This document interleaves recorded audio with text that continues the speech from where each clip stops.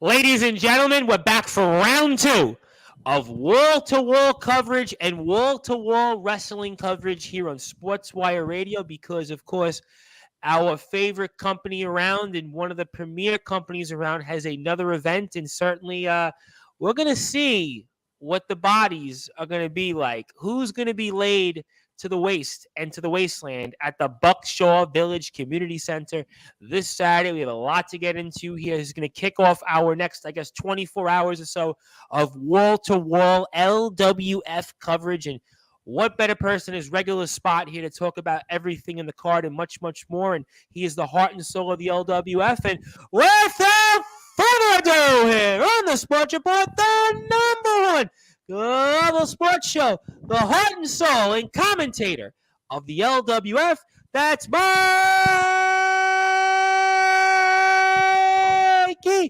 Fitzgerald.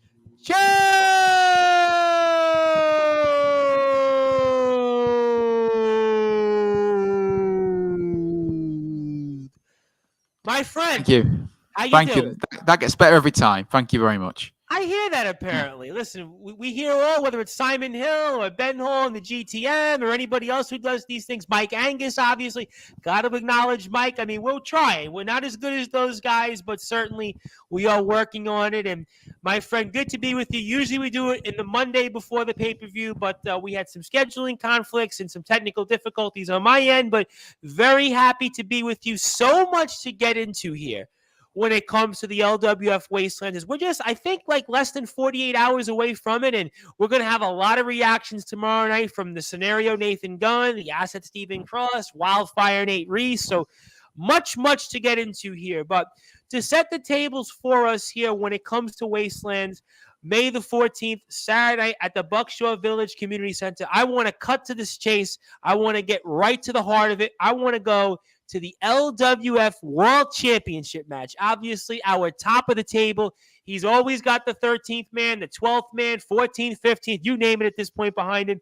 That is obviously Reynaldo, and he is continuing this storybook run here as our champion since he won it in December at the Fight Man Before Christmas, and he's going to be in the ring against somebody that holds a victory against him, pun intended. That's Dan Evans, and I've got to ask you, for everybody watching and listening to this and those that are going to be going out there Saturday at the Buckshaw Village Community Center, Mikey Fitz, is this the day that the storybook Cinderella run of Reynaldo ends as world champion here for the LWF?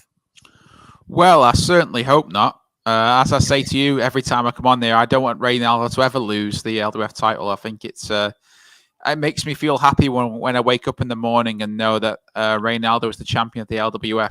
Nothing against Dan Evans, of course. Like, Dan Evans is my former tag team partner. We used to. And he's all over the place, Dan. He's literally wrestling he's fantastic. all over the world. Dan's fantastic. I mean, if Dan was to be the man who defeated Reynaldo, we'd have ourselves a fine champion who would take on all comers, and no one would want to get in the ring and face him. But sentimentally, I've got to say, I'll be rooting for Reynaldo. Hopefully, he picks up the win. As you say, though, Dan Evans already owns a pinfall victory over Reynaldo, and he's going to be a very, very tough challenger. He's physical. He's a good brawler. He's a good technician. He really is. He can do pretty much everything you would need. He's a very, very lethal competitor. And Ray's going to have his back against the wall, and he's going to have to be on his best. Hopefully, we have a great match. I'm sure we will, because you get two guys as talented as that and you put them in the ring. I don't see how it can't be good, to be honest. So I'm looking forward to it. We've got a heck of a main event on the 14th of May.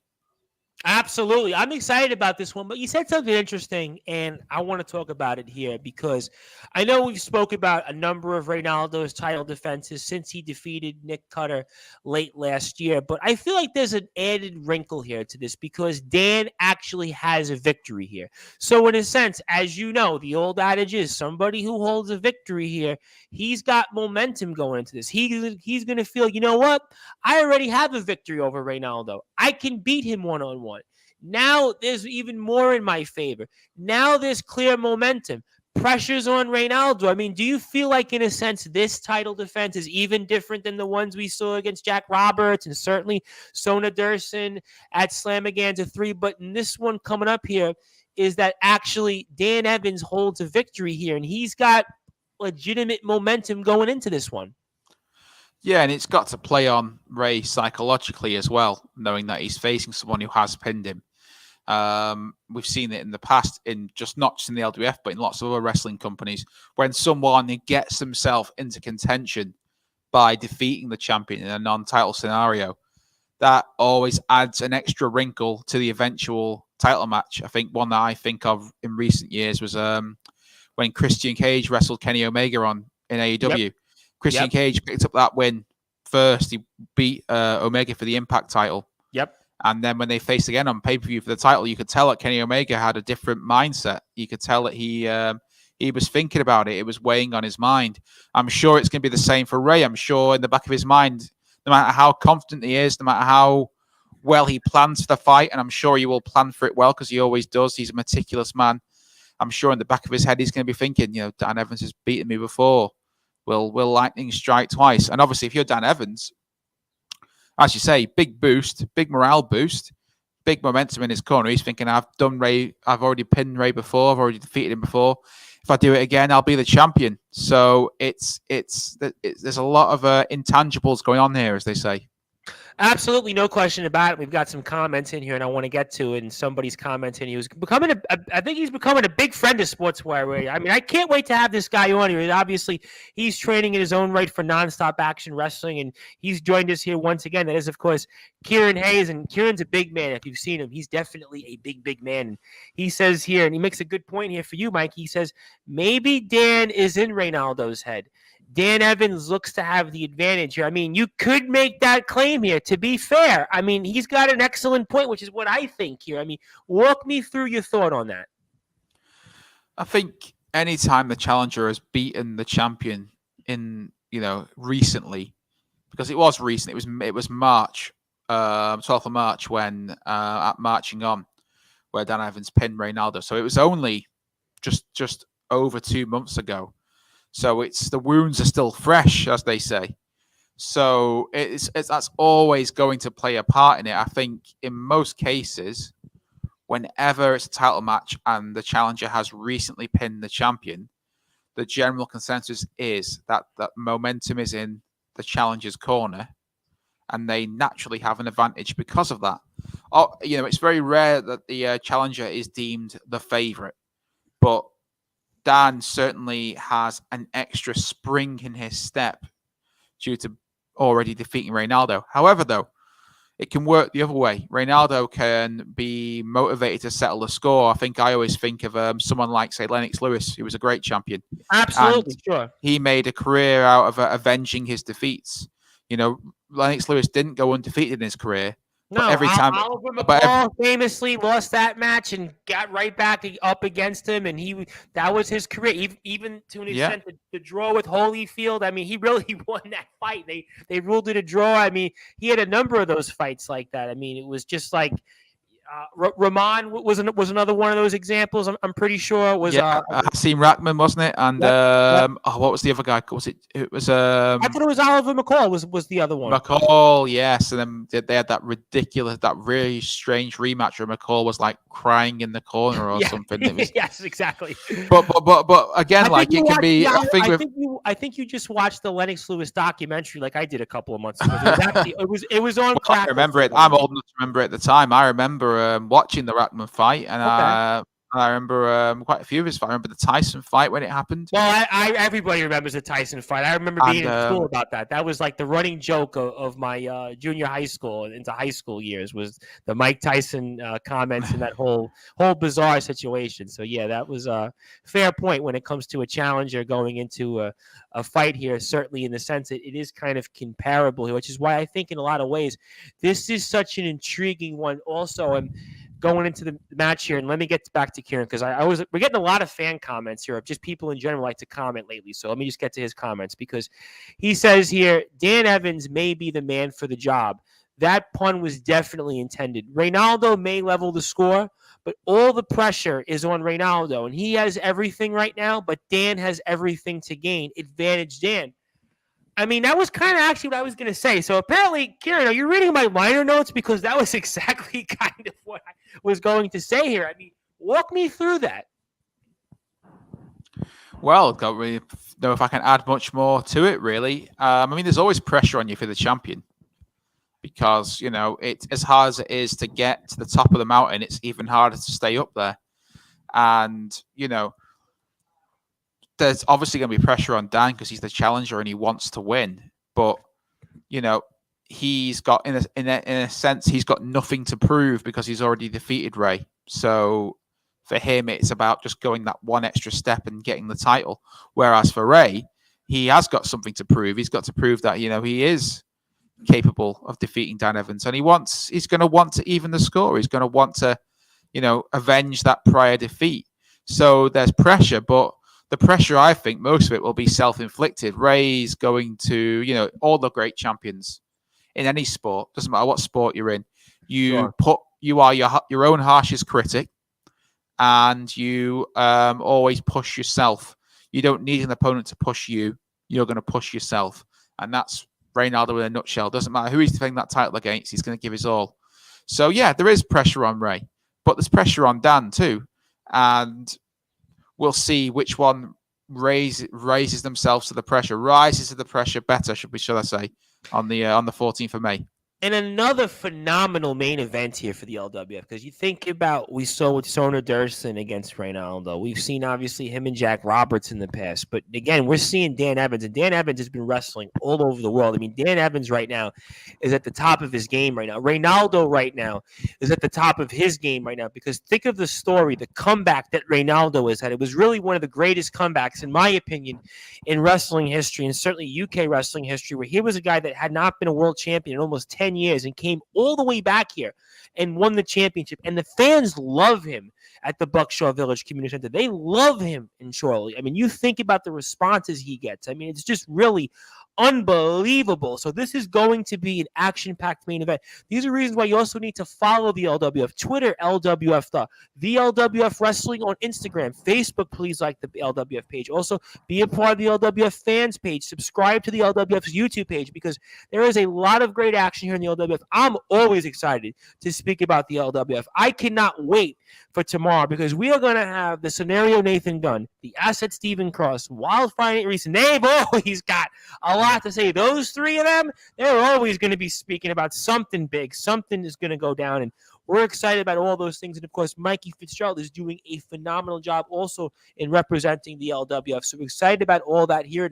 We are on Sportswire Radio. I am the host of the Sports Report and the station manager here of Sportswire Radio, the Reverend Tom Bryce. I want to go to the most recently announced match here also on the women's side because this is a really intriguing match because there's a lot of history between these two. And obviously, we're talking about the women's side between Helena Razor and KT Hawkins. And Helena we had on a couple of months ago. Obviously, Helena has been a huge part of things here in the LWF, and walk me through what we can expect here Saturday at the Buckshaw Village Community Center between Helena Razor and KT Hawkins. And boy, something tells me here, Helena Razor is going to have a lot on her mind, and she's going to definitely look to even the score.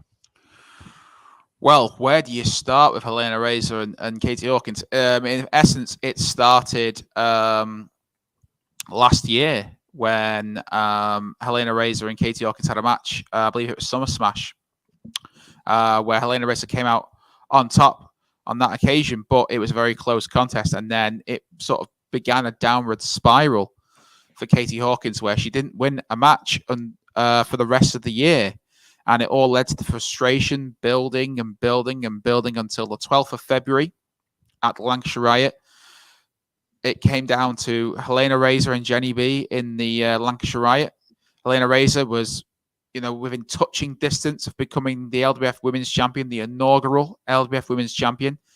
And then KT Hawkins in a steel chair took it away from her. And not only did KT Hawkins rob Helena Razor, in essence, of the Women's Championship, she also brutally attacked Helena Razor backstage with a chair, which meant that Helena was not able to compete at Slamaganza 3. She had to sit in on the commentary booth with myself and Steve Bibby because of the injury inflicted to her, both to her neck and to her midsection by KT Hawkins.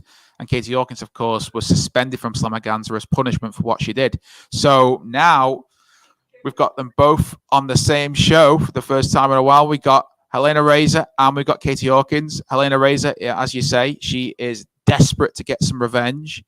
And, I'm not sure how much of a wrestling match this will be. I think Helena Razor, we saw her on episode 3 of Mutiny, which is up on the just released this week. Yes, LWF Television over on YouTube is the channel. And she said it to me. I was doing the interview, and she said that she is going to come to the Buckshot Community Centre on the 14th of May, and she's going to bang some heads. And the head she wants to bang belongs to Katie Hawkins. So, Katie Hawkins, you might want to watch your noggin. That's all I'm going to say.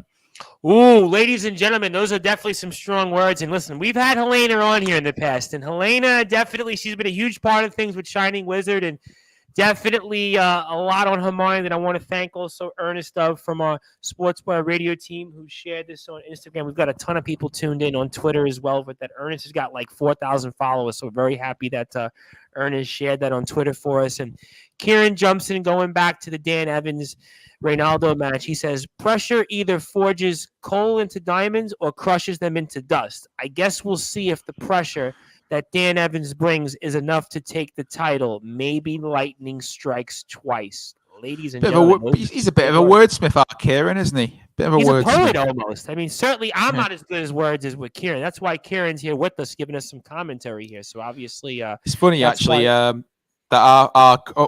that the show is called Wastelands. Of course, the Wasteland, I believe, is a very famous collection by T.S. Eliot, who is a very well-known writer. Well, you know what I was thinking of? The famous Who song, Teenage Wasteland.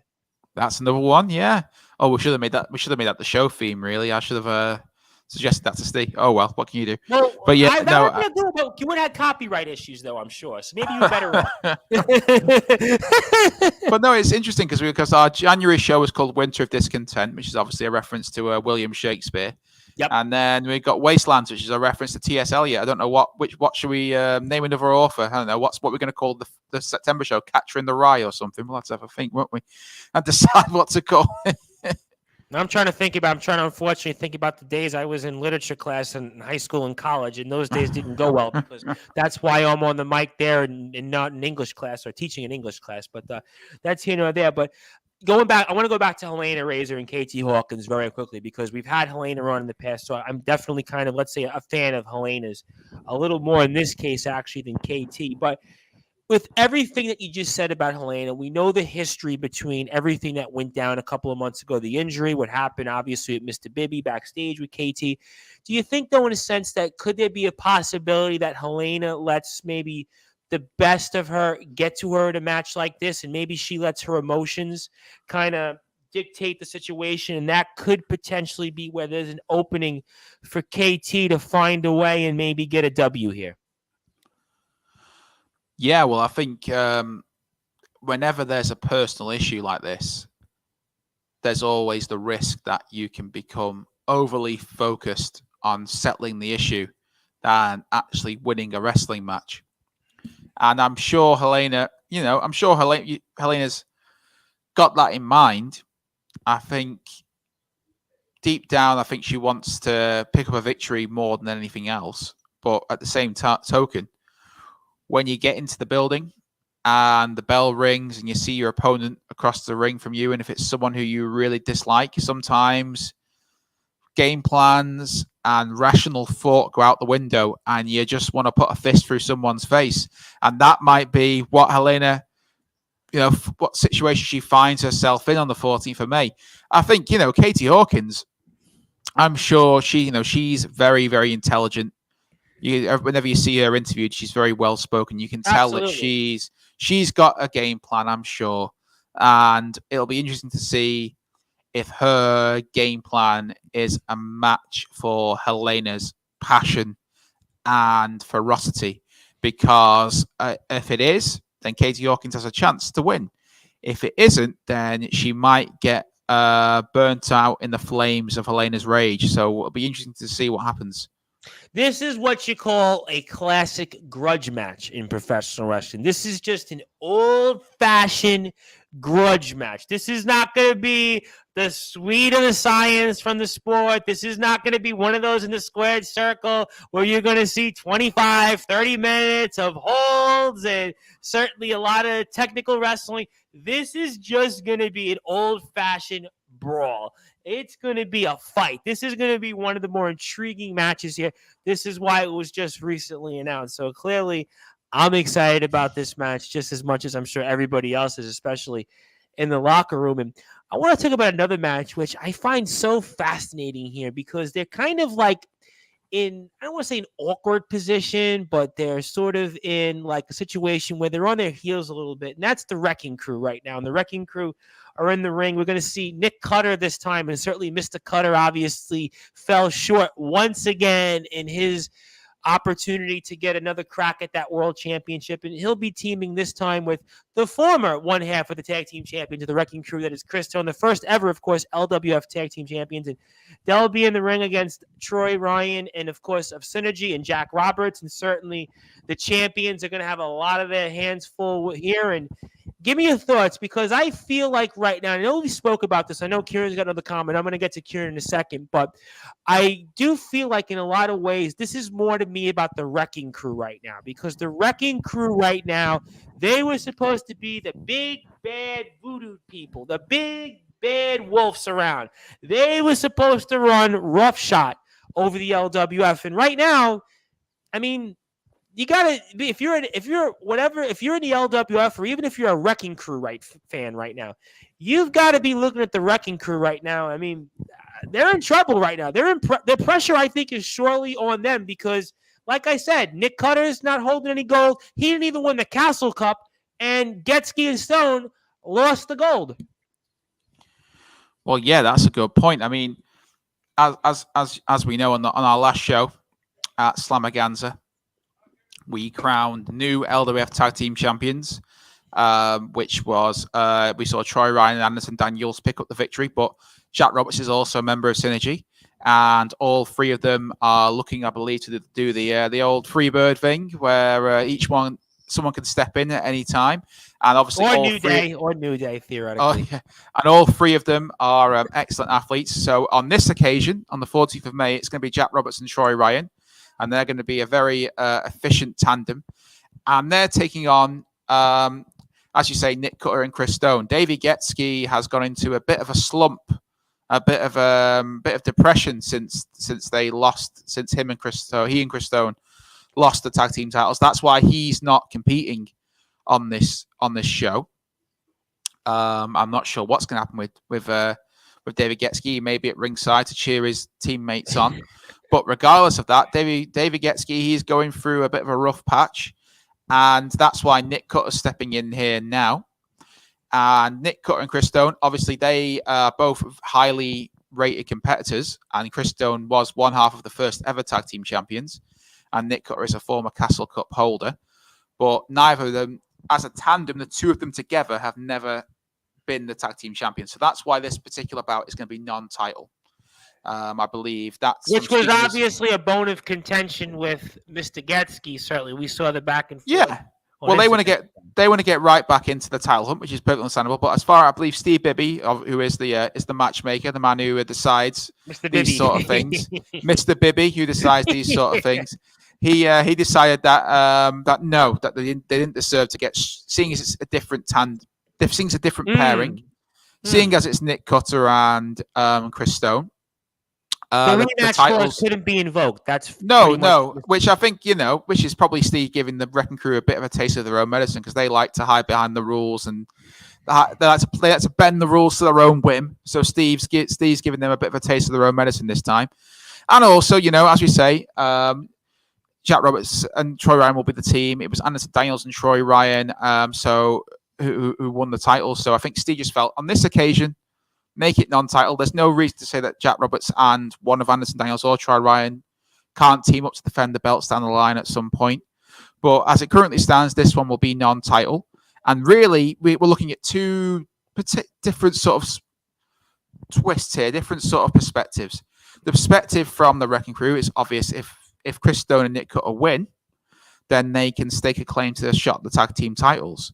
If Synergy win, then it might be a very long time before the Wrecking Crew are even sniffing those tag team titles. So Synergy can, in essence, remove the Wrecking Crew from the equation, and then they can focus on facing other teams. I know they want to face the Models again. I know they might want to face the Blazing Guns. They might want to match with the Mercenary Squad with Shining Wizard. There's lots of great tandems. There's a lot of great teams all of a sudden. The LW, yeah. I mean, Shining Wizard. Is another. So there's lots of great teams out there, and Synergy would probably have more. As much as they respect the Wrecking Crew's wrestling ability, I don't think they like them very much. So they perhaps would rather get in there and wrestle a team like the Models and wrestle a team like the Mercenary Squad or Shining Wizard or the Lost Lancadors or the Smoke. We're going to get to the Lost Lancadors. We're going to get to them. Or the Blazing Guns. Or even, your buddies Nate Reese and Steve Cross. So there's lots of little teams. We're going to get to them also. Boy, certainly everybody knows the liner notes tonight. Everybody seems like they know what we're going to speak about here. I guess that's one thing when you know it on the block. It's funny. I'm looking at some of the comments here on Instagram and I'm seeing different shows. Well, can I can you come on my podcast? And then it's like, well, with me, no, it's like people know. No, they don't go. They don't have to. It's like they just want to ask. I don't have to ask anymore at this point. I don't have to beg like other people, but that's here nor there. But Kieran's got a comment. I'll read it off, but I want to really get to the tag team title situation here and get to the tag team match at hand. And he says here, it's always a volatile cocktail mixing personal and business. I love games with the mind. Katie seems to be playing them next level chess, bringing personal into this match. Yeah, I mean, I guess you could just real quick elaborate. I guess I could see, there is a lot of personal bad blood. That's why I feel like this is an old-fashioned brawl here between KT Hawkins and Helena Razor. Yeah, exactly. I mean, is she playing chess or is she playing Intelligent Cube or Cooler World? If anyone who had a PS1 remembers that one. If you like games that test the mind, then Cooler World's a great one to go after. I would definitely recommend that one. Or go classic, go for Tetris. That's a classic puzzler, isn't it? I couldn't figure out Tetris. Tetris, I couldn't figure out for whatever reason. I wasn't the greatest at Tetris. Great. I won't sing the theme tune because I'll probably get you kicked off the air just for breaking copyright. But yeah. So it's a fair point though. Katie Hawkins definitely.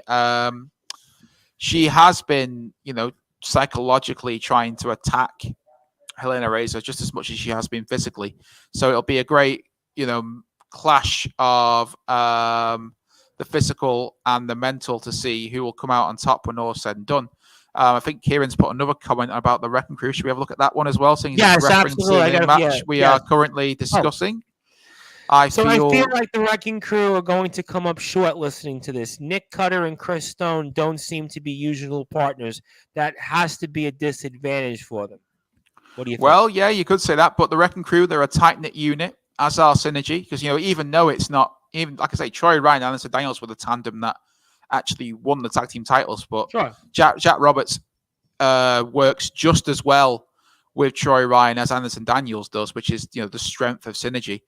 For all we know, the Wrecking Crew have that sort of versatility as well. And like I said, there's either the Wrecking Crew win and get themselves back in the tag title hunt, or Synergy win and they can remove, in essence, a challenger. So that is really what we're looking at. And I think that we're going to see a really, really intense match between these two teams. And I can't pick a winner, really. I think you might have to say Troy Ryan and Jack Roberts are the favourites. Slight favourites, just because they have teamed up in the LWF before as a team. They defeated the Worst, I believe. That was back at October Overload. Yeah. But Nick Cutter and Chris Stone, I know they've been working out together intensely, should I say? I know that they can. Nick, if Nick ever needs to pick David Getsky's brain about what Chris Stone likes in a tag team partner, he can always do that.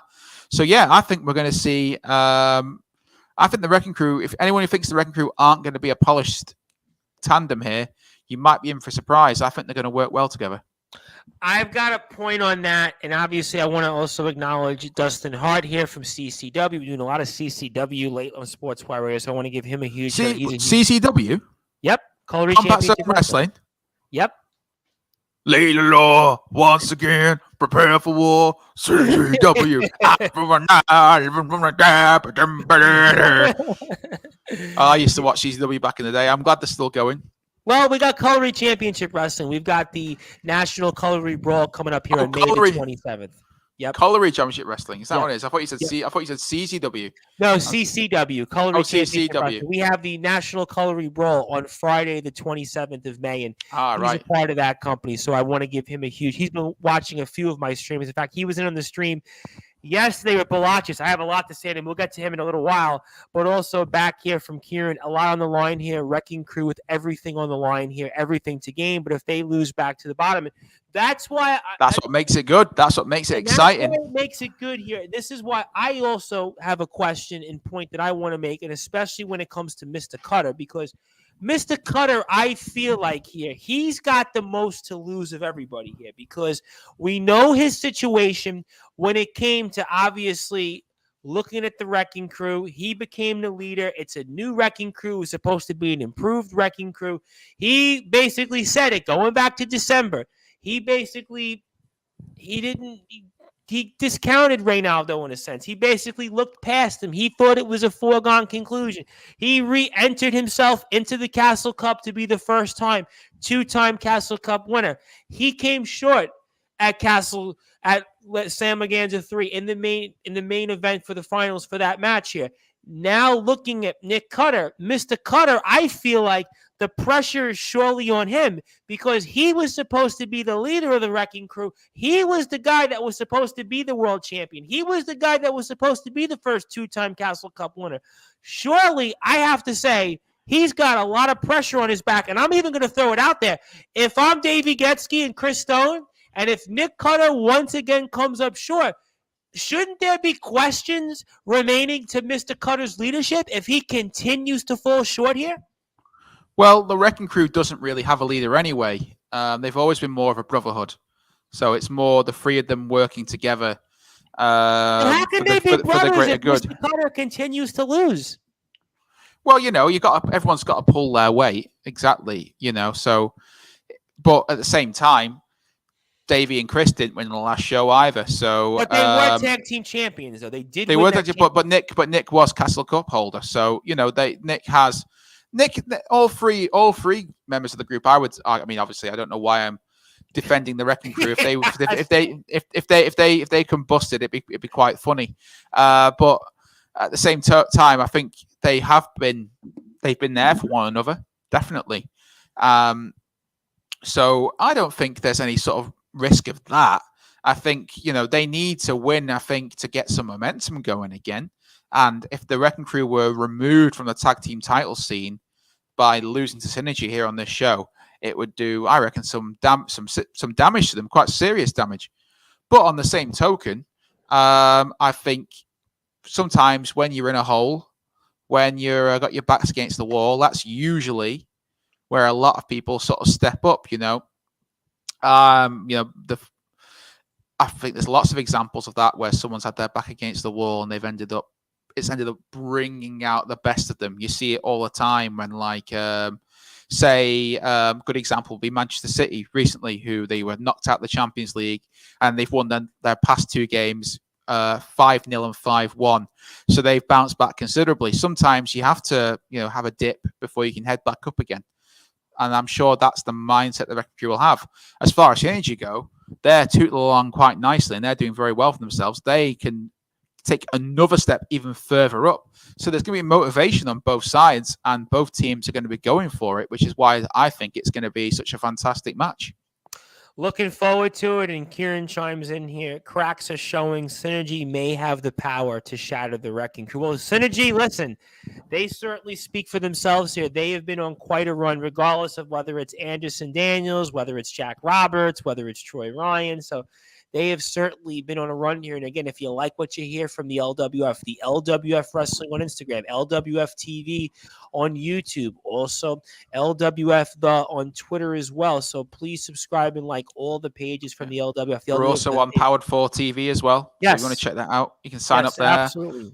I believe it's $7.99 a month for Power 4 TV, and you don't just get the LWF, you get lots of other great wrestling as well. So it's definitely worth checking out. And I'm going to tell you why it's such a great deal, because, and I've been using this as a running joke, and even you'll probably laugh at this over the past week and a half. I said, you might as well take that $7.99 for what's left in your crypto account, your mutual fund, your bonds, whatever else you got, 401k. Just take that because you're going to lose that money the next week because if you're like me, you've lost so much in those accounts. Just get out, take that $7.99 now.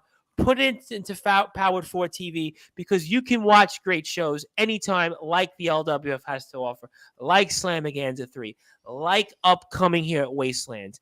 You're better off just doing that. I'm telling you. Listen, if you're like me in the States, you can't come out to the Buckshot Village Community Center. Just take the $7.99 out of the account because I'm telling you, you ain't going to have it left in a couple of days because the market just keeps going down. It's nosediving. And I looked at my account before I got on the air. I don't ever want to look at it again. So, I mean, I asked my advisor, hey, how am I doing with my account? He didn't even want to get back to me. So if you're in the financial business, get out. Put it into things like Powered 4 TV because you can watch the LWF and watch all the great things that this company has done. They have been a great supporter of Sportswire Radio.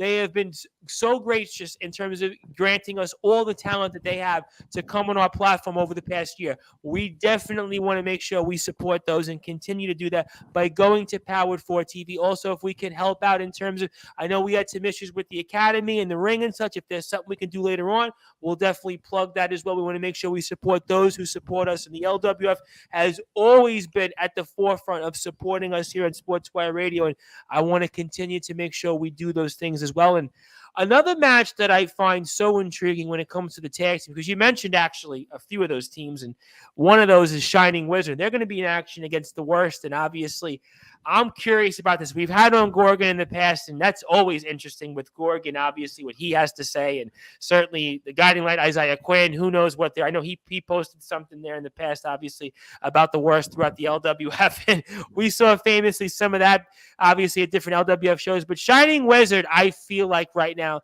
they do have the momentum. We saw about Eitan Steen. I'm going to get to Eitan Steen, obviously.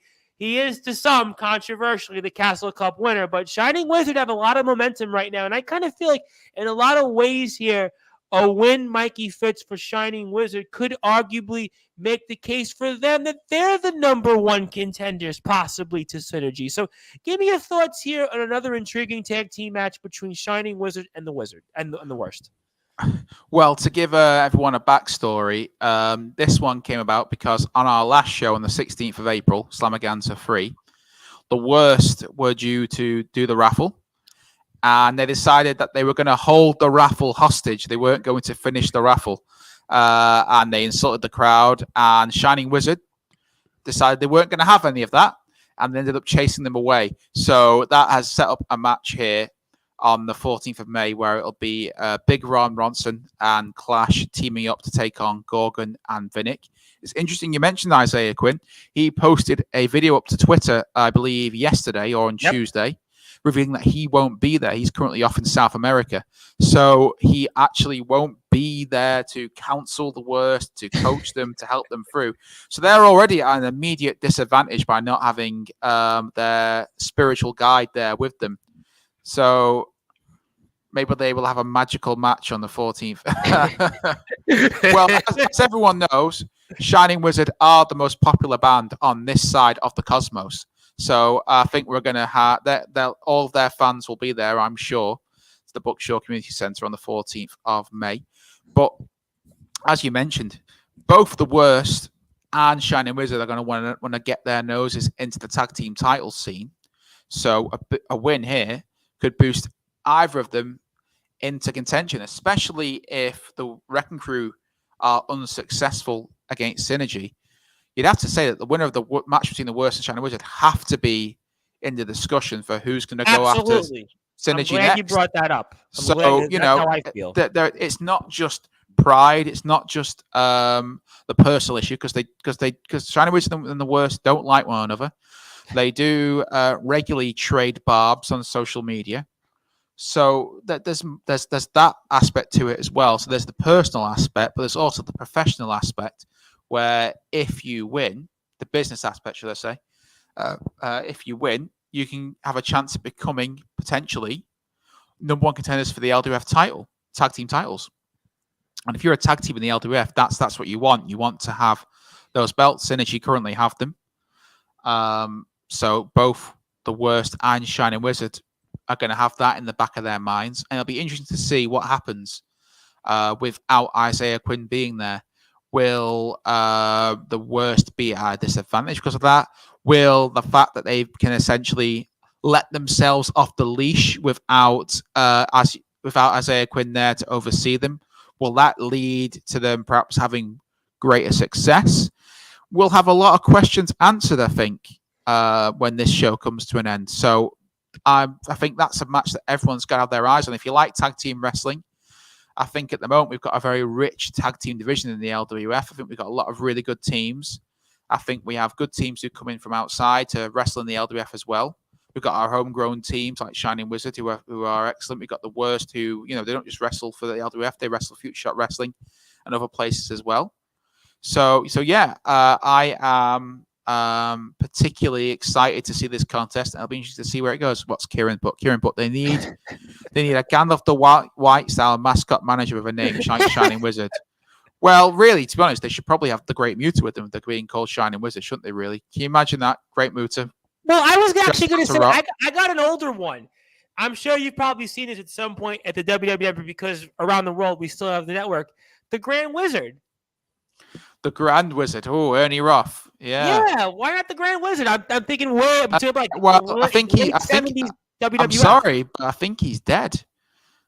Well, maybe we can find. I mean, Steve Bibby's pulled off miracles before. Maybe he can exhume the corpse of Ernie Roth and bring him back to life. That might be beyond Steve Bibby, even Steve Bibby's promotional powers. I think, to be honest. Well, yeah, Mr. Bibby can do a lot of things. I don't know if he can do that. I mean, there's certainly nothing like trying and imagining, but that was what came to mind. So that was certainly a good point, but definitely a wild card match here to say the least. And something tells me here that Shining Wizard have a lot on their mind here, and they very well could be the number one contenders. And I kind of agree with you on that when it comes to this matchup coming in.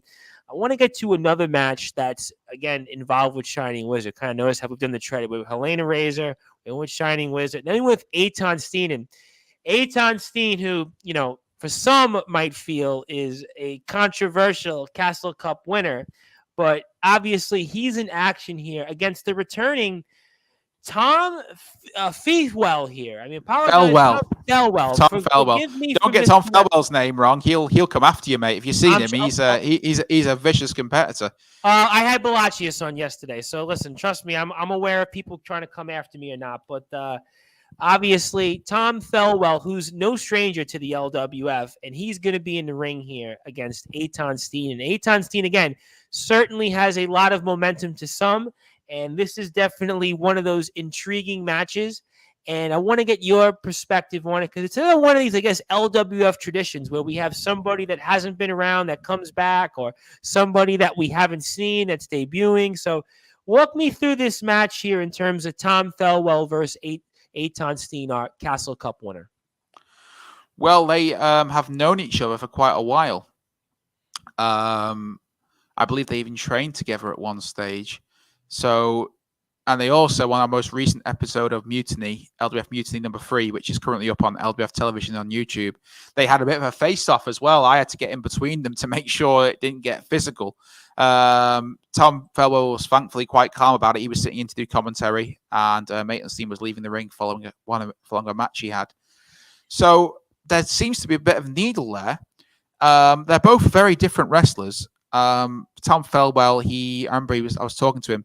He models himself on wrestlers like Katsuyori Shibata, Go Shiozaki, those sort of wrestlers. He likes to do the Japanese strong style. He likes to use kicks and submissions. He's very, very proficient at it as well. He's a very, very tough competitor. Whereas Eitan Steen, he's more, he's a bit more frantic in the way he wrestles. He's a bit more, you don't know what Eitan Steen's going to pull out of the bag. He can do high flying. He can brawl. He can just put a finger in your eye. He can do all sorts. He's not afraid to scrap. So I think we're going to have a pretty intense match. Actually, I sensed when I was between them, I could really sense some tension there. I could sense that there was maybe something more going on under the surface than I was personally perhaps aware of. So I'm actually really fascinated to see how it'll go. and I can't really pick a winner. Aton Steen, he is the holder of the Castle Cup. He defeated not just Steve Cross, but also Chris Egan in the semi-final, and then defeated Nick Cutter in the final. Tom Felwell, he has had success in every wrestling company he's ever been to, and I'm sure he doesn't have any intention of things being different in the LWF. So it wouldn't shock me if Tom Felwell was to pick up the win, but it also wouldn't shock me if Aton Steen was to keep his momentum going. So I think it's a very, very intriguing match. I think it's going to be it's got potential as well to be the show-stealing contest, because I think both men... That's what Aton Steen brings to the table. Love Aton Steen or hate Aton Steen. He's always, in a lot of ways, I always compare him almost like to the Jeff Hardy of the LWF. He always finds a way to have the match of the night. He always finds a way to do something that nobody else is going to be able to think of or do. There's no reason why I wouldn't be surprised that we would certainly see this to be any different. No, I agree. I think, Aton Steen has really, ever since he showed up in the LWF, really, what he did is he really, in some ways, rescued Shining Wizard, because, under the previous leader of the band, Kai Von Luscious, they weren't a bad act at all, and they had something about them you could tell, but there was just also something that was missing.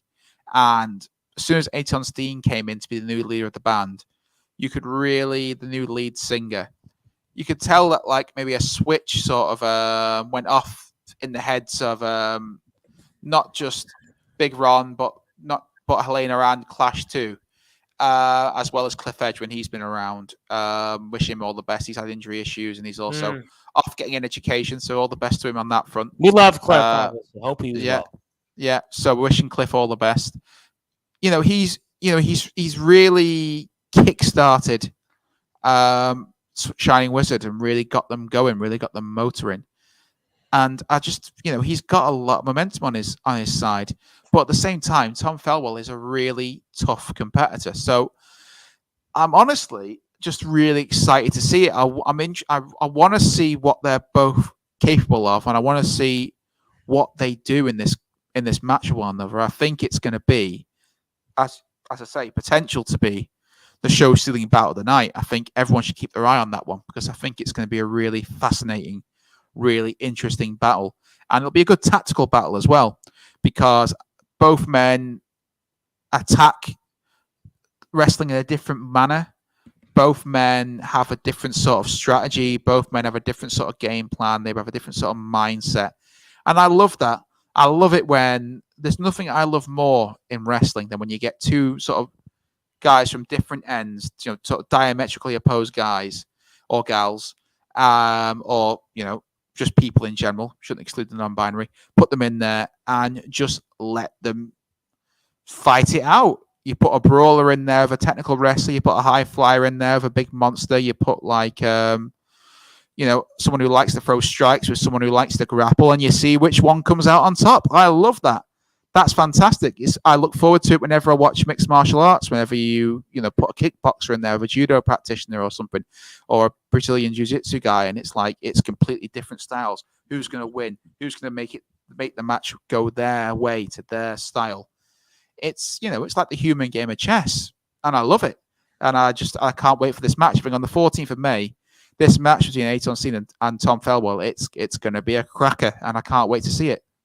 No question about it. Obviously, this is going to be a great match. And again, I kind of feel like similarly to Shining Wizard and their match against the Worst, could you make the case here that an Aton Steen win would make him maybe the hottest wrestler in all of the LWF, because the run that he's been on? I mean, I'm going to get to Stephen Cross. We'll get to him certainly in a little while, but I mean, do we have to? We have, yes, we do. No, I like Steve Cross. I'm not going to go at Steve Cross. Nate Reese, Stephen Cross, and Balachius. A lot to say about them, but you can be, objectively speaking, you can make the case right now. I know Reynaldo's been our champion, but Aton Steen, over the past several months, you can make the case that he has been the hottest wrestler in the LWF. Yeah, he's definitely, you'd have to say he's in contention for that accolade. I think you look at the fact that he he main evented the show on the 12th of March. He was on last with the lights on bright against Cam Solis, and he put on a fantastic performance, picked up the victory. He defeated not just Steve Cross, but Chris Egan in a triple threat match, and then he defeated Nick Cutter. I mean, that's like a who's who of talent. That's like 4 really, really top level wrestlers, and he beat them all, and he beat them all to win the Castle Cup. You know, he's motoring right now. He's cooking with gas, as they say. He's whipping cream with an outboard motor. He knows what he's doing. So, as you say, this could be another. If he's able to beat Tom Felwell, and there's obviously no guarantee on that front. If he's able to beat Tom Felwell, he keeps his momentum going. But on the other hand, as well, if Tom Felwell's able to beat a guy who's done all that, instantly Tom Felwell goes right up here up the rankings. So, he comes right in here. He walks back into the LWF, and he shoots himself. Hey, with a win over the Castle Cup winner and Aton's team, who's got some big wins under his belt. All of a sudden, you're in that discussion. Say, you know what? I might want a shot at Reynaldo's championship, or if Dan Evans wins the title on Saturday. I mean, he can certainly make that case. Absolutely, yeah. And obviously, he's won the Castle Cup anyway. So that it instantly puts you in line to have a shot at the title. That's your ticket to the title, as we like to say. So if you beat the Castle Cup holder, you can make a claim as well that perhaps you deserve a title shot. So there's a lot on the line here. It's not just pride. Like I say, there is definitely something simmering under the surface between these two. I felt it. I felt it when I was between them. But I think it's not just going to be that. It's not just the personal aspect. It's not just the competitive aspect. It's the fact that if you win, you can put yourself in line to potentially get a shot at the title. So there's a lot at stake. So that's why I can't wait to see it. I genuinely can't wait to see this match. I'm really excited for it. And I'm sure both men are going to go heck for leather.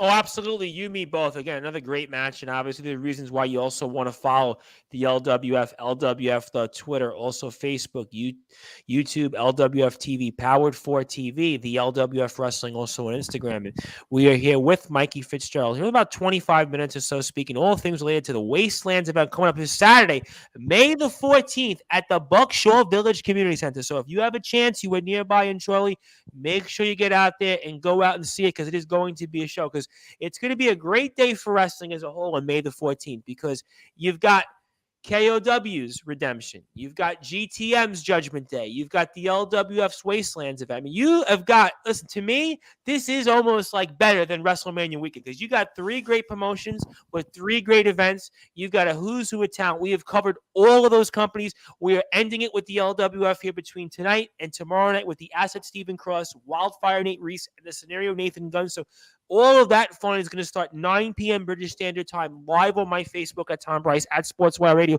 also sportnarium.com/players. So very much excited about that. And I've got a comment in here from Dustin Hart from the CCW, of course, for the Underground. And he's got a match here for you that he wants to know from you, Mikey Fitz, that what you're looking forward to most. And what is that when it comes to Wastelands for those that are like Dustin Hart? What match are you most looking forward to?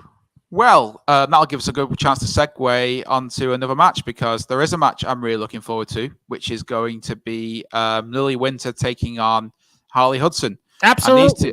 And these two have a backstory with one another.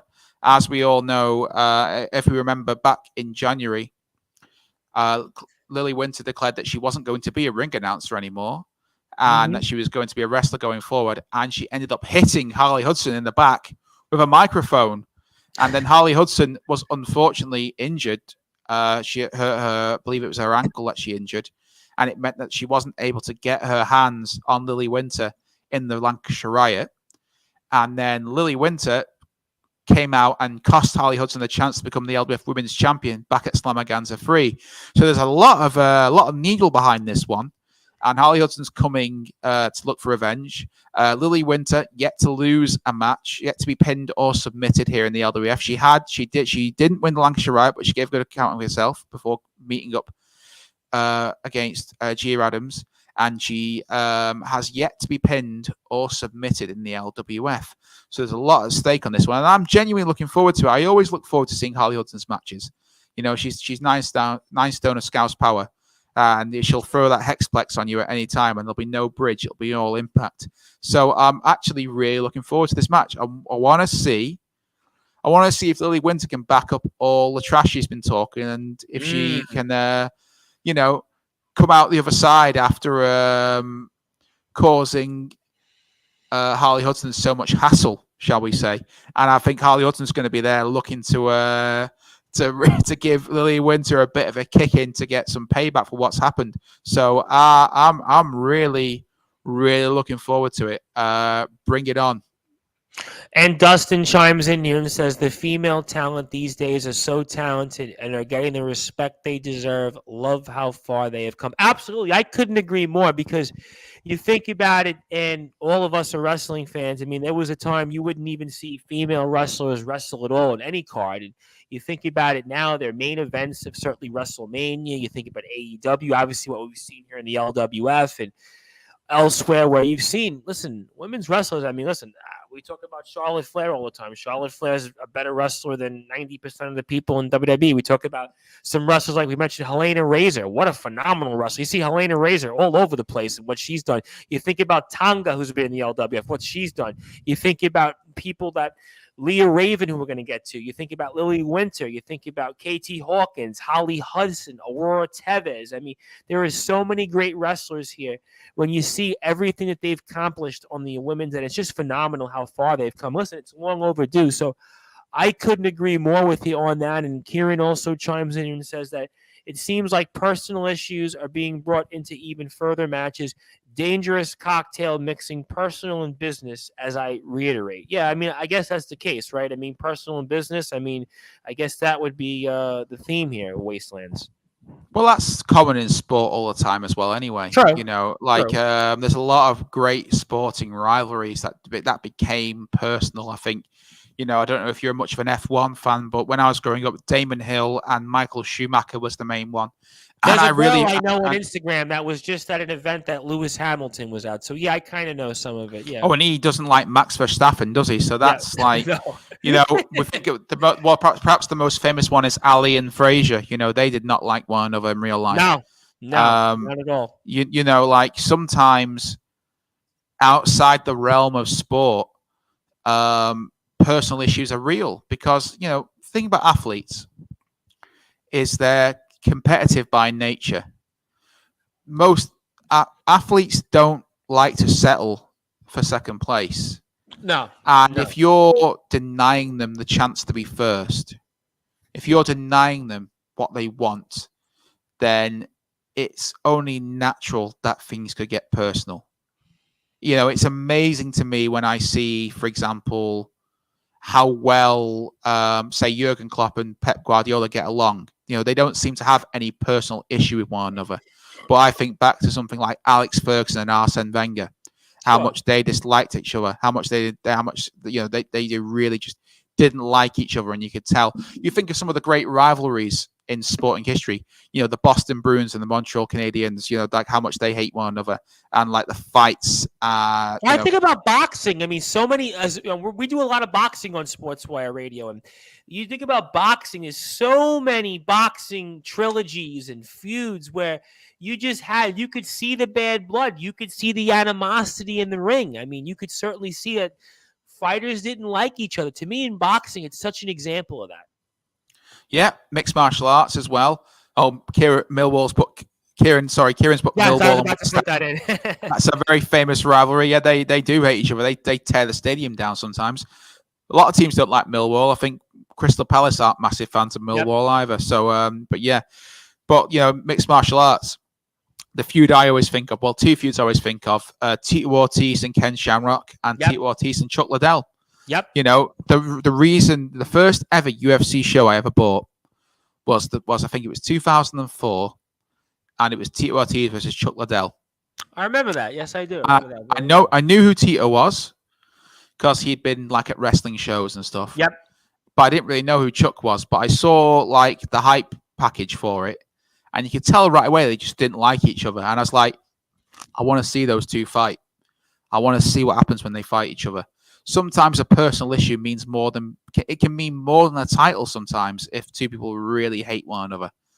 it really adds something to it. So yeah, it's when you're a competitive person, when you've perhaps already got a chip on your shoulder to begin with, it's very easy for things to get personal. And sometimes, if something gets personal, it can be to your benefit because it can fire you up and it can push you. Oh, we see it in wrestling all the time. Listen, Charlotte and Becky most recently. Of course, who doesn't know Shawn Michaels and Bret Hart, how much they hated each other. And they were pretty much like 1A and 1B and when it comes to professional wrestling. So, I mean, you think about even in wrestling, we see it boil over all the time. The Rock and Triple H didn't like each other for a time. And there's a number of wrestlers that you look at and say, you know what? That's why it made for the best for business and stuff like that. And Kieran also says, I'm a guy who's also in the business who will jot settle for second best. I aim for Sportswire Radio not to be the only reason you'll hear from and of me, so I understand all that all too well. Well, listen, I mean, we're going to be definitely hearing from you, Kieran, because we're going to bring you on at some point in the near and distant future. So obviously, we're going to talk about your story here as well. So that's what we do here on Sportswire Radio. We give everybody a crack and everybody a shot here, and as long as my voice can hold up, that's always been the running joke. Losing my a bit now as well. I'm losing my voice a bit. We'll have to get to the. I think we've only got one more match to cover, haven't we? We've got one more match to cover, and what's funny, this is the second. I was actually supposed to do 4 sets today, and I'm thankful that the third set actually got canceled because my guest, we were supposed to do a telethon interview for an event upcoming here for a mental health awareness month, and I'm actually relieved that the event that we're supposed to do live got canceled because I don't think I would have got through it. And then I have a basketball coach in Florida. It's like thinking about an hour and a half, which is good. Florida. That'll give me time. That'll give me time. My Miami Dolphins top on. So there you go. I see that. I definitely see that, but I'm happy I get a break in between for that. So I think I'll be all right. Then we'll see tomorrow night because we've got the LWF takeover once again. But obviously, also Dustin chimes in here and says, "It has been a pleasure to sit and watch you both tonight. Very professional, very polite. Respect." Dustin will be on with us here in the near and distant future before CCW's National Culinary Brawl, so I definitely want to give him his due as well, and everybody can like his page on Facebook as well. But I want to get to the match. It's not the main event, but it's the match that I know on Sportswire Radio. It's kind of our main event because you have heard from, in the past week or so, past 2 weeks even, 3 of those wrestlers that are going to be in that 8-person mixed tag match. And we are talking about, of course, Wildfire Nate Reese, who has been on quite a run in his own right. The asset Stephen Cross, who has been on his own right a phenomenal run. The man who is ready for war, Balachius and Aurora Tevez. They are going to be in the ring against the newly minted, bald-headed Bob Costin, who looks more like Uncle Fester from the Addams Family more than anything else right now. Newly minted Leah Raven and the Los Lycadors. And boy, did we hear a lot last night on Sportswire Radio from Balachius. And I can promise you tomorrow night, we are going to hear a lot from Wildfire Nate Reese after his victory celebration, after shaving Mr. Costin's head, who did take one for the team, I may add. And of course, the asset Stephen Cross. So I got to ask it because there is certainly a point to the fact that Stephen Cross, Wildfire Nate Reese, and Balachius feel toward the LWF management and how they've been treated. Balachius certainly feels he shouldn't be in this match. He just wants Los Lancadores. We've seen what the asset Stephen Cross and Balachius has done back and forth. And well, Wildfire Nate Reese, well, he just wants Bob Costa. And then you've got, oh, by the way, Leah Raven and Aurora Tevez. Well, I love these matches. I love the 8-man/8-woman/8-person tags. I love them. There's something that used to happen a lot in Future Shot Wrestling. Yep. Future Shot Wrestling. When I was coming through, it used to be called the Future Shock 8-man, where it would be because there are great opportunities to learn. There's a great chance. You put someone in there, and you could be teaming with anyone. And it's all about adapting to a situation, and I love it. When I came to the LWF as a commentator, I sort of said to Steve, if you can get some of these 6-person, 8-person tags, get them in there because they're great. They're great fun. They're always enjoyable. You get to see so many different people interacting that perhaps wouldn't normally interact. And look at this, because there's so much going on in this 8-person tag. I mean, you've got Belatius, who's got his issues with the Los Lancadores. You've got Nate Reese and Bob Costin with their thing going on. I know for a fact that like Aurora Tevez and Leah Raven don't like each other very much. Leah Raven's making her, a second appearance in the LWF. She was very impressive in the Lancashire Riot, gave Gia Adams all she could handle, and eventually was thrown out, but she gave a good account of herself. She's back in here now. She seems completely diametrically opposed to the people she's tagging with, so I don't know how they're going to coexist. Belatius hates everyone. So I don't know. He made that clear last night that listen, he doesn't want to be in this match. He's upset at management for it. You saw the back and forth on Instagram with him and Stephen Cross, and he feels like in a lot of ways that, listen, nobody can beat him. The ring post is the only person that's beat him in the LWF right now. Yeah, but, fair play to Clash. He was resourceful and picked up the victory. But, yeah, Belatius has been, he's not been pinned. He's not been submitted. He's been, on a terror. Very few people have been able to come close to him. He was meant to have a match on Mutiny recently, and his opponent didn't show up. And who could blame him?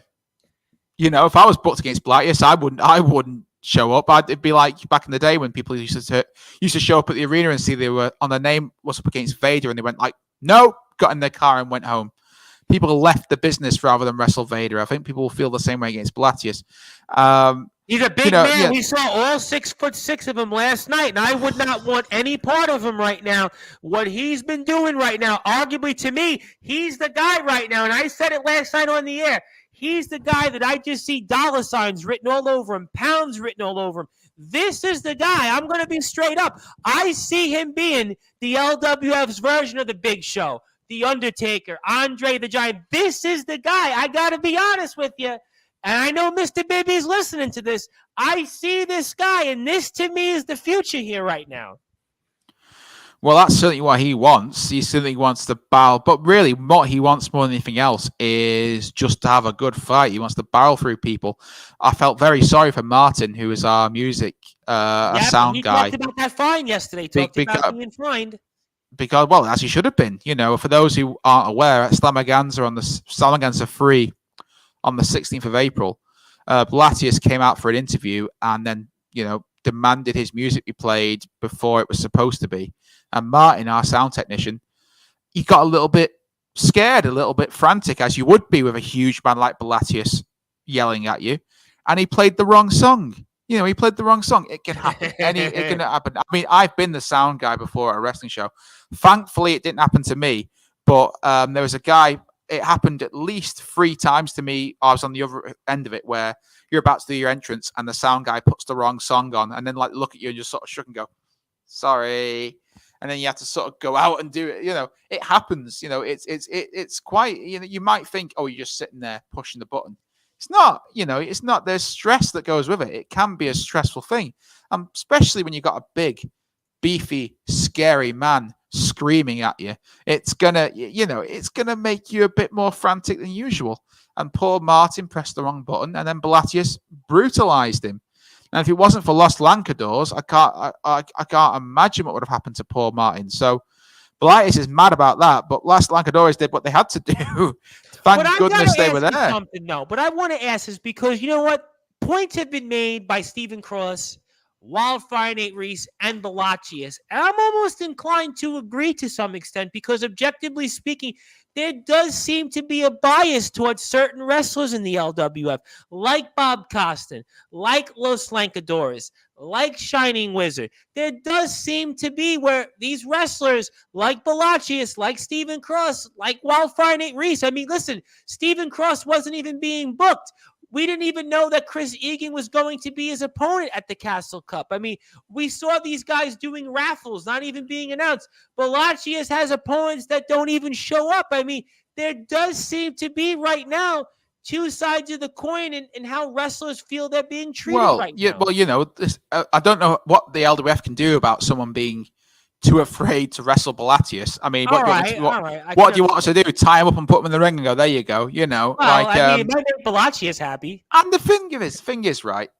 Okay. Back when I was wrestling, okay. If I was due to face someone on a huge show, and then a big wrestler, a big name from another wrestling company showed up and wanted to wrestle me as well, I'd have been fantastic.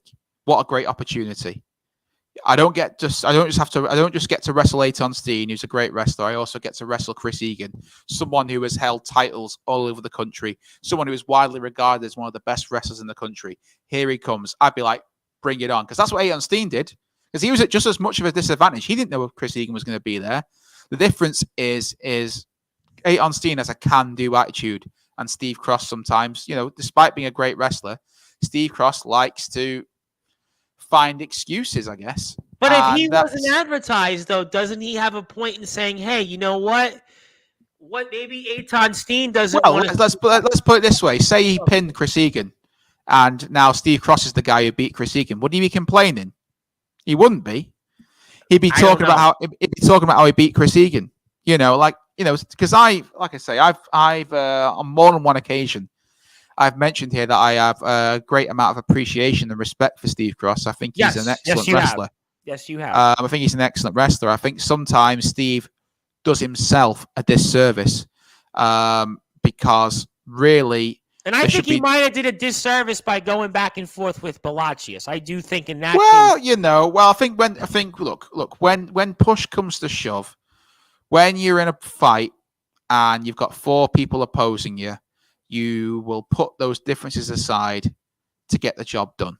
And I think Steve Cross and Balachius, they might not be the best of friends. I don't think Balachius has any friends to begin with, to be honest. Maybe. I think if he has friends, I've not met one yet. Not enough. And I go at Balachius. I think he just probably doesn't care about having friends. He's just a very, very big, scary man. I don't think he needs friends. He's 6'6". He's truly a giant. I don't think he's worried about friends. He's literally a one-man gang. Yep. The one-man gang. But but when push comes to shove, I'm sure, look, what will happen is, I reckon before the match starts or backstage, Nate Reese he's the captain of the team. He's the wrestler with the most experience.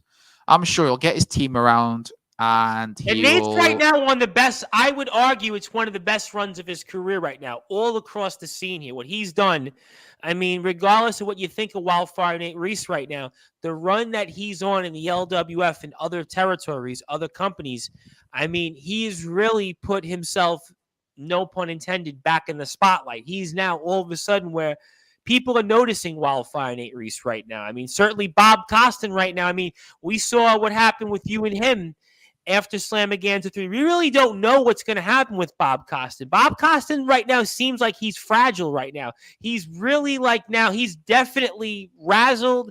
He's not dazzled right now, and we'll see what comes out of him because he's a big mystery right now. Exactly. Yeah. He wrestled Kairan on Mutiny number 3. Again, available on LBF television if you want to watch it. And he came out wrestling in jeans and a t-shirt. He seemed very, I don't know, glum. Is that the best word? He didn't seem himself. He did not seem to be perhaps in the right sort of state. But I think he had a great match with Kairan, and I think that maybe injected a bit more positivity into him. And who knows, maybe he's going to be optimistic. I know one thing. He's going to want to get his hands on Nate Reese. He's going to be laser focused on getting I agree with you on that. I think we have not seen the last by a long shot from Wildfire Nate Reese and Bob Costa. I know we're going to hear a lot about it tomorrow night, and I have a feeling that we're going to hear from Bob Costa in the near and distant future about that as well. So something tells me here that those two guys, they ain't done with each other. No, absolutely not. So I think in some ways, Steve Cross is kind of gonna. I think it might ultimately the glue that holds that team together might end up being a role. I don't know if that's saying something because we saw his past with the Wrecking Crew. We saw how that went. If Stephen Cross, is holding that team together, I don't know. I think it's going to fall on Aurora Tevez in the end, isn't it? Because Nate's going to be preoccupied with trying to survive against Bob Costin. Balatis is going to be laser focused on Las Lancadores. Steve Cross doesn't like Balatis. Balatis doesn't like Steve Cross. Aurora Tevez might have to be the one to get in the middle between everyone and say, guys, we've got a match to win. We've seen her with Jenny B, as part of B&T. She also had an alliance briefly with Melanie Price before Melanie Price was injured. Yep. Aurora Tevez does a very good job, but she's a good diplomat, shall we say. She's good at forming alliances. So I think she might be the glue that holds that team together. And obviously, on the other side, Leah Raven, she's the unknown quantity. Because, like I said, we saw her at the Lancashire Riot. She was very impressive. But aside from that, she's quite she has a gothic nature to her. She's someone who it's hard to place her. We don't really know a lot about her. We're still learning about Leah Raven. So it'll be interesting to see what she brings to the table in the match. And really, there's a lot of interconnecting parts in this match, and I think it's going to be kind of wild. I think it's going to be a really wild match. I'm looking forward to it. And I'm going to be biased, but I'm going to be biased. I really think that this is the match I'm most intrigued about. Maybe because, again, we had Balachius on. We're going to have Cross and Reese. They've been with us. Reese has been with me now over a year. But I'm really, really excited about this match because, again, this is almost like it's like a ticking time bomb. They're just all combustible, all these components. I mean, you've got Cross, you've got Reese, Balachius. And also, listen, Balachius, some could say, he might be the reason Wildfire Nate Reese is the Wildfire Nate Reese run that he's on right now. Because remember, it was that open challenge. Balachius answered. And Wildfire Nate Reese, really since that moment, I think you could make the case, he's been a changed person. That was where you kind of maybe saw the seeds be planted. So think about the run. It all started when Balachius answered that challenge. So you could make that case. And look at Stephen Cross right now. He was in the ring with Lachlan Sharp. He was in the ring, obviously, with Jack Roberts in the past. He was in the ring we've seen with the Wrecking Crew as a tag team partner. He was in the ring in the Castle Cup with Eitan Steen and Chris Egan. I mean, Mysterious Mr. B with the Los Lancadores. So we know Mysterious Mr. B is going to be lurking there because he's always lurking. So we know, listen, there's so much about this match. I'm pumped for this match. But ladies and gentlemen, I'm pumped for this entire card. Because you've got so many great matches. You've got Reynaldo and Dan Evans. We talked about the history there. We've got Helena Razor and KT Hawkins. We know the history there. We know Lily Winter and Holly Hudson, the history there. We talked about Shining Wizard and the Worst, their history. We've seen the Wrecking Crew, Chris Stone and Nick Cutter against Jack Roberts and Troy Ryan. I mean, you've got so many great things. You've got, oh, by the way, Eitan Steen and Tom Thorwell. That might be the match tonight. You've got so much to look forward to here. These are reasons why you need to follow the LWF Wrestling. LWF Twitter, LWF TV on YouTube, Facebook LWF, Powered 4 TV, Mikey Fitzgerald. Make sure you follow him, Mikey Lovejoy Fitz. That Mikey Fitz 1878 on Instagram as well, because this is going to be, he's going to be on the call. He's going to be there. He's going to have that front row seat. We're excited about it tomorrow night. We are spending all evening on Sportswire Radio, breaking down the match, getting reactions from obviously Steve Cross, Nate Reese. Next week, we're going to be planning more LWF coverage and recapping everything. You know we recap it here on Sportswire Radio.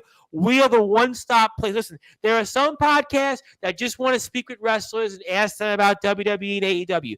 Not on Sportswire Radio. We turned down Tony Khan. We turned down Roman Reigns. We turned down Becky Lynch. We turned them all down. You turned them down? We turned them all down. Listen, we want the LWF coverage. They turned down Brooklyn Brawler. They turned down Barry Horowitz. They turned down Vito. We didn't want, listen, Salvatore Sincere, Tom Brandy. We didn't want Low Key. We didn't want all those guys. Listen, all those guys you might have seen. Listen, we didn't want Carmella's father on there even. We didn't want any of them. We want to talk the LWF. We want to talk Wasteland at the Buckshaw Village Community. I know if I was down in Charlie, I'd be getting a front row seat, and I would want to see it. But Powered 4 TV is where you need to go.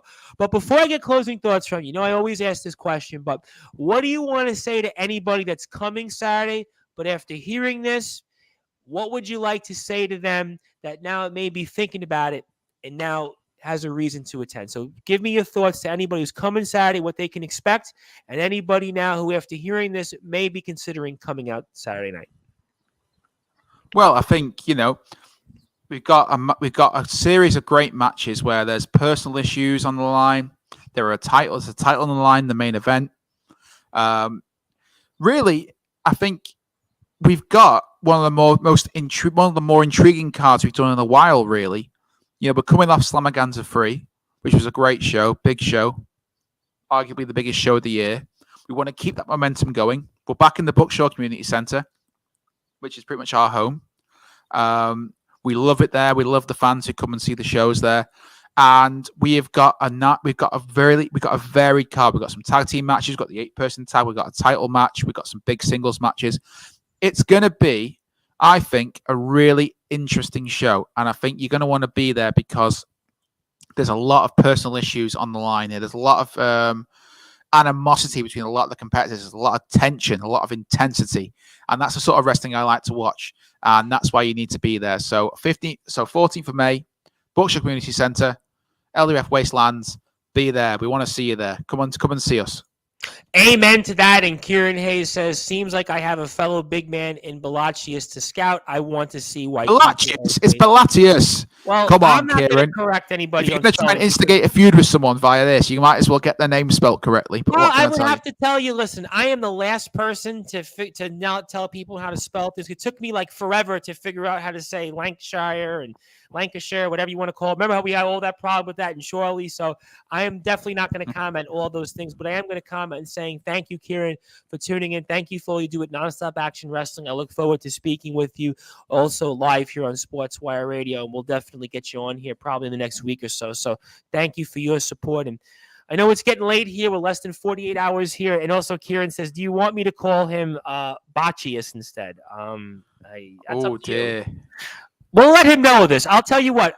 Balachius is already going. He's coming back on Sportswire Radio in the near and distant future. He has spoken with me off the air, and he is going to come on here to address the situation at hand for Wastelands this Saturday. So he's coming back on the show. So if you'd like, we can certainly make that happen. If you'd like to talk with him and certainly let him know how you'd like to say his name, I'm sure he'll certainly have a thought or two on that. So I'd be happy to have you come on and tune on the streams and hear what you have to say or he has to say when it comes to that. So I guess stay tuned here for that, my friends. So I guess we'll get Balachi's reaction. We're also going to break it here.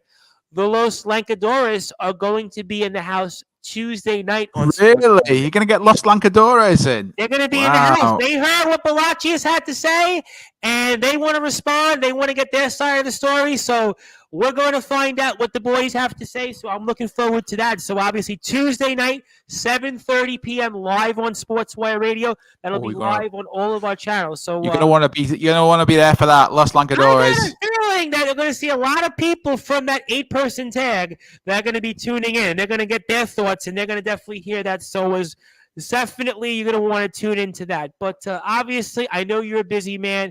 I know you've got a lot on your plate, so I want to give you some closing thoughts. Anything you want to share, anything you want to say, anything else you want to plug, and I can't thank you enough. And you know the drill, my friend, so fire away. Just want to say, as always, thank you very much to all the great people at Sportswire for having me on.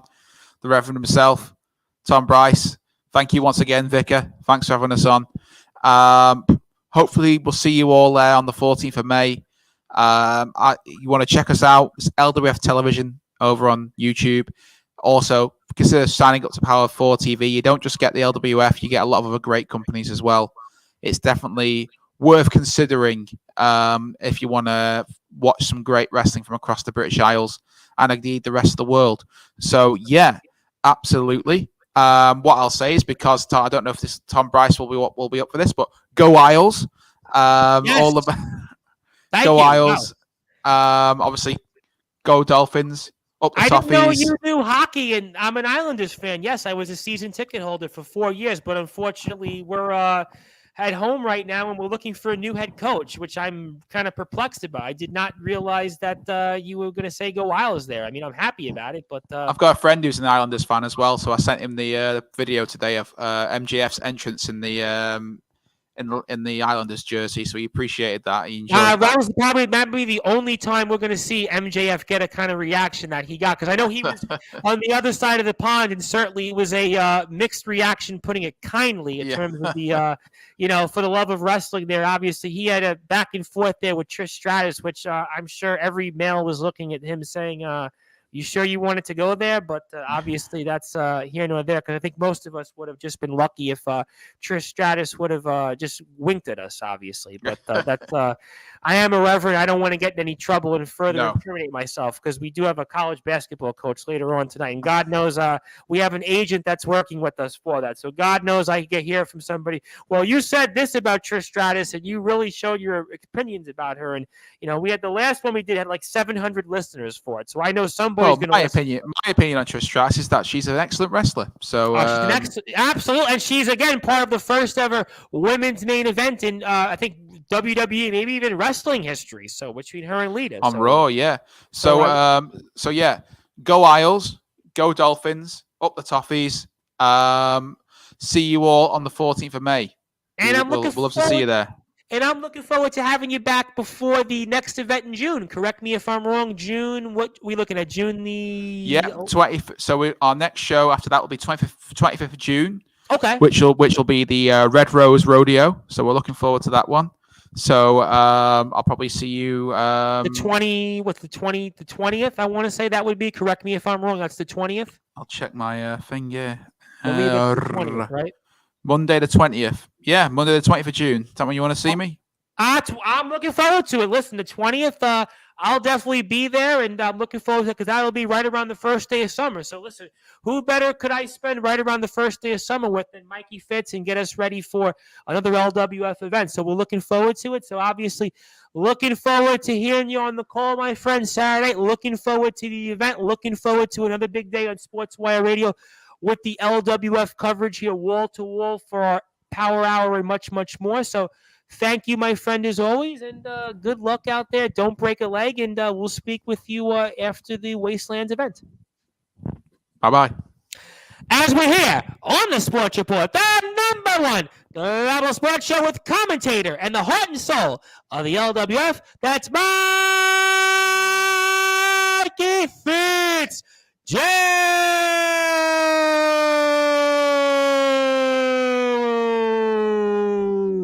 As I am the host of the Sports Report, the station manager of Sportswire Radio, the Reverend Tom Bryce, I want to thank everybody that is tuned in tonight here on Sportswire Radio.